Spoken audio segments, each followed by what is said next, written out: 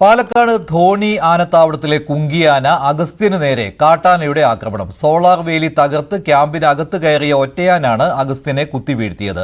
ധോണിയുടെ സമീപ പ്രദേശമായ മായാപുരത്ത് പുലിയുടെ സാന്നിധ്യം കണ്ടെത്തിയതോടെ മേഖല വന്യമൃഗഭീതിയിലാണ് ഇപ്പോൾ. ധോണിയിലെ ആനക്യാമ്പിൽ 2 ആനകളാണുള്ളത്. കുംകി ആനയായ അഗസ്ത്യനും കുംകി പരിശീലനം നേടിയ PT7 എന്ന ധോണിയും.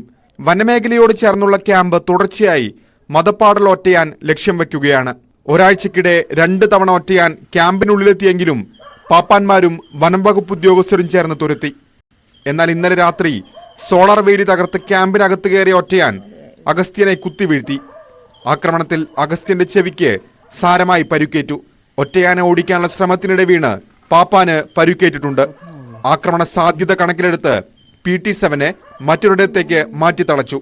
ഒറ്റയാൻ വനാതിർത്തിയിൽ തുടരുന്നത് പ്രദേശവാസികൾക്കും ആശങ്ക കൂട്ടുന്നുണ്ട്. അതിനിടെ ധോണിയിൽ നിന്ന് 2 കിലോമീറ്റർ മാത്രം അകലെയുള്ള മായാപുരത്ത് പുലിയുടെ സാന്നിധ്യം സ്ഥിരീകരിച്ചു. മായാപുരം സ്വദേശി ജയശ്രീയുടെ വീട്ടിലെ കോഴിക്കൂട് തകർത്ത പുലി കോഴിയെ കൊണ്ടുപോയി. CCTV ക്യാമറയിൽ പുലിയുടെ ദൃശ്യങ്ങൾ പതിഞ്ഞിട്ടുണ്ട്. ചുറ്റുവട്ടമുള്ളവർ കാട് വെട്ടിക്കുന്നതിൽ പഞ്ചായത്ത് വകുപ്പ് ശ്രദ്ധിക്കണം.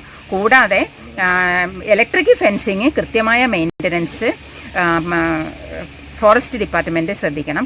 അങ്ങനെ ഞങ്ങൾ പാവപ്പെട്ട നാട്ടുകാർക്ക് ജീവനും സ്വത്തിനും സംരക്ഷണം നൽകണമെന്ന് അപേക്ഷിക്കുന്നു. ന്യൂസ് 18 പാലക്കാട്.